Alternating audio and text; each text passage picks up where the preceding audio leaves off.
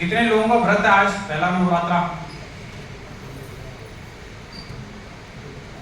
देखो मैंने व्रत नहीं रखा, मैं इसलिए पूछ रहा हूँ क्योंकि मुझे फील्ड में जाके काम करना है। भूखे पेट भजन न हो को पाला, सुना था ना कभी भजन? एक भूखे पेट अपने से तो रहा नहीं जाता। तो चलिए, बहुत अच्छे दिन से आपकी शुरुआत हो रही है। नए लोग कितने हैं हॉल में बैठे हुए? कुछ नए लोग, बहुत खुशकिस्मत लोग हो। आज के आज आप पहला दिन, आपका नवरात्रि का पहला दिन है। भरोसा रखना 3 से 5 साल इनकम आनी वेरी फर्स्ट डे से शुरू हो जाती है। बहुत सारे लोग कंफ्यूज होंगे कि मैंने खरीदारी कर ली तो मेरी तो आई नहीं पहले दिन से। डिस्काउंट के रूप में हमारे पास पहले दिन से इनकम आनी चालू हो जाती है, लेकिन जिस इनकम के लिए हम इस हिस्सा बनते हैं इस प्लेटफॉर्म का, वो इनकम आती है 3 से 5 साल के अंदर, यानी कि वो ड्रीम इनकम जिसको हम बोलते हैं। वो ड्रीम इनकम क्या होती है मैं आगे आपको बताऊंगा। उससे पहले मैं छोटा सा परिचय दे दूं मेरा आपको अपना। मेरा नाम है बीसी डबराल, यानी कि भुवन चंद्र डबराल, और मैं उत्तराखंड से बिलोंग करता हूँ। उत्तराखंड से लगभग मेरे हिसाब से मैं 25-26 साल पहले दिल्ली के अंदर में आया था। बहुत ज्यादा मैं पढ़ा लिखा नहीं हूं। शुरुआती दौर में जब यहां आया तो मुझे लगा यार लाइफ ऐसे नहीं चलेगी जैसे मैं सोच रहा था, क्योंकि जब यहां से गांव जाते थे ना, उस दौरान में हमारे गांव में सिंपल एक महाराणा प्रताप बस अड्डा, कश्मीरी गेट वाला, यहां से बस जाती थी तो लोग चकाचक पैंट शर्ट और अच्छा सा जूता पहन के गांव जाते थे। एक छोटी उम्र थी मेरे हिसाब से, जो उस समय 10th का स्टूडेंट था, तो मुझे भी ये लगता था कि यार दिल्ली जो जाता है ना बिल्कुल चकाचक होके आता है, तो यार ये गांव में नहीं रहना, दिल्ली चलना है अपने को। और मैंने भी रुख कर लिया दिल्ली का। जब लेकिन दिल्ली आया तो पता चला भाई ये चकाचक के पीछे में कितना गड़बड़ झाला है। ये चकाचक सिर्फ गांव जाने से 2 दिन पहले होते हैं। 2 दिन पहले ही अच्छे से पैंट को प्रेस कराते हैं, कपड़े प्रेस कराते हैं, अच्छा सा जूता खरीद लेते हैं, और उसके बाद बाल कटा के गांव चले जाते हैं। तो हमको भी लगता है यार बहुत बढ़िया चल रहा है उधर। तो लेकिन जब यहाँ आए तो तब आटे चावल का भाव पता चल गया कि यार ऐसे नहीं चलेगा, लाइफ में कुछ बड़ा करना है तो कुछ अलग सोचना पड़ेगा। लेकिन एक छोटी उम्र में अलग क्या सोचे आदमी, गाइडेंस नहीं, कोई कुछ नहीं, जैसे तैसे करके कुछ साल काम करना शुरू करा, उसी के साथ में कुछ पढ़ाई भी करी। लेकिन पढ़ाई में क्योंकि मन तो पहले ही नहीं लगता था, अगर पढ़ाई में मन लगता है तो गांव से आने की जरूरत नहीं पड़ती। लेकिन फिर भी माहौल देख के कुछ लोगों ने बोला कॉरेस्पॉन्डेंस कर ले भाई, चलो करना शुरू कर दिया, लेकिन वहां पर भी कुछ बात बनी नहीं। बहुत तरह के काम करे। 2000 के आसपास में, 2000 के अंदर में मैं होटल इंडस्ट्री का हिस्सा बन गया, क्योंकि मुझे एक बात समझ में आ गई कि हाथ का कोई ऐसा काम सीखना पड़ेगा जो बढ़ती उम्र के अंदर में आपको बेरोजगार होने की नौबत ना आए। तो मैं होटल इंडस्ट्री का हिस्सा बन गया, वहां पर मैंने काम करना शुरू करा। जब वहां पर देखा लोगों को कि किस तरीके के लोग होटल इंडस्ट्री में आते हैं, हम उनकी देखरेख करते हैं, उनकी अवगत करते हैं, उनके जूठे बर्तन उठा रहे हैं, उनके लिए खाना बना रहे हैं, तो मुझे एक बात समझ में आ गई, लाइफ तो ये है, हम तो बेकार जी रहे हैं।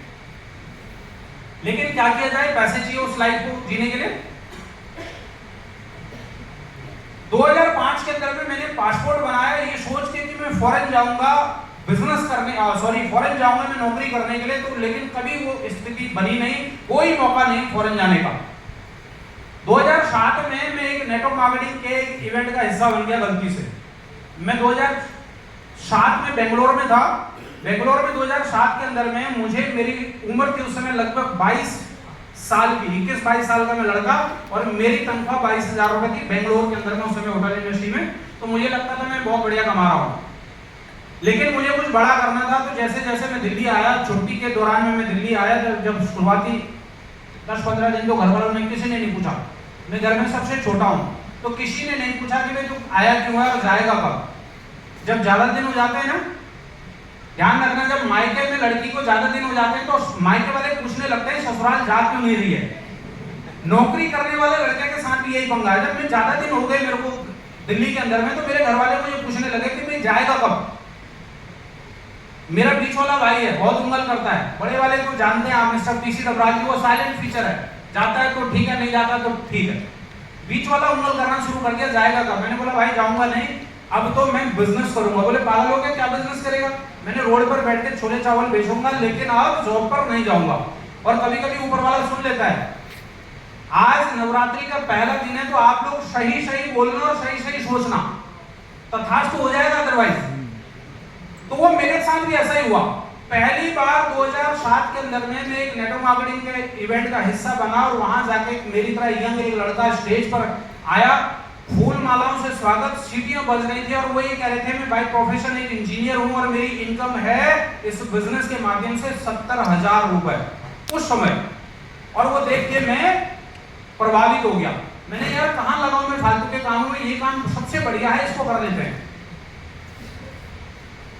कुछ दिन काम करना शुरू करा, धीरे धीरे इंडस्ट्री के बारे में जानकारी मिली।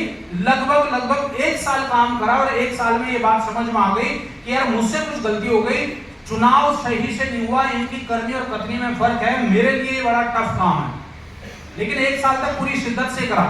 लेकिन तब ये बताने वाला कोई नहीं था कि 1 साल तो नींव बनाने में लगता है, 1 साल तो अपने आप को विश्वास दिलाने में लगता है कि तू भी करोड़पति बन सकता है। ये पीछे से कहीं समझाने वाला नहीं था। और 1 साल बाद मैंने वापस डिसीजन लिया यार ये काम ठीक नहीं है, तो वापस होटल इंडस्ट्री का हिस्सा बन गया और मैंने उसके बाद अपना बिजनेस करना शुरू करा। आईटीओ के अंदर में सामने डीडीए की बिल्डिंग है, डीडीए की बिल्डिंग के पल्ली तरफ में पैरेलल जो नीचे को रोड उतर रही है, फ्लाईओवर से नीचे को जो रोड आ रही है, उस रोड पर मैंने रोड पर बैठ के छोले चावल बेचे 2008 में। अब आप कल्पना कर लो, क्योंकि जब ऊपर वाले को बोला था ना कि मैं छोले चावल बेचूंगा रोड पे, तो कभी कभी सुन लेता है गलती से। तब मुझे बात समझ में आई यार तूने बोला था गलती से और ये सारा सच हो गया। वहां काम करना शुरू करा, धीरे धीरे वहां से प्रगति होनी शुरू हुई। 2013 तक मैं होटल इंडस्ट्री का हिस्सा रहा। 2012 तक मैंने बहुत बढ़िया कमाया और 2012 से लेके 13 आते आते जो कुछ कमाया था सब वापस वहीं लगा दिया और मैं 10 लाख रुपए के नेट कर्जे में था उस दौरान में। तब मुझे वापस बात समझ में आई कि यार एक बार वो पुराना नेटवर्क मार्केटिंग के किसी एक इवेंट में गया था, वापस देखता हूँ क्या होता है उसके अंदर में।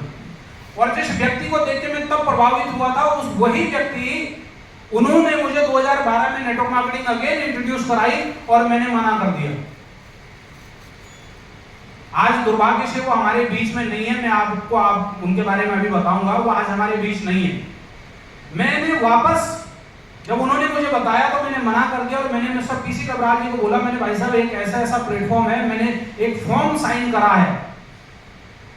तो बोले यार एक काम कर, तू मत कर क्योंकि तेरा पुराना एक्सपीरियंस अच्छा नहीं है और मैं इसको पिछले 3 दिन से स्टडी कर रहा हूँ, ये प्लान परफेक्ट है, इसके प्रोडक्ट परफेक्ट हैं, जो तू कमियां बताता था उस बिजनेस के अंदर में वो यहाँ सब कुछ ठीक ठाक है, मैं संतुष्ट हूँ इससे, लेकिन तू मत कर क्योंकि तेरे पास तजुर्बा ठीक नहीं है, तेरा बिजनेस जो चल रहा है वो इस समय लॉस में चल रहा है, अगर तू करेगा तो पता लगे वो डूब गया, वो भी डूब जाएगा और यहाँ तो कुछ होगा नहीं। तो एक काम कर, तू मत कर, मैं करता हूँ पार्ट टाइम के अंदर में। उन्होंने करना शुरू करा और उनका चेक था 1.5 साल बाद 66,000 रुपए का। मेरा दिमाग खराब। मैंने यार देखो, मैंने बोला कि यार मैं करता हूँ, इन्होंने मेरे को मना कर दिया, खुद 66,000 रुपए कमा रहे, मैं ठंडन गोपाल। और जब घर में सगा भाई कर रहा हो तो बड़ी समस्या।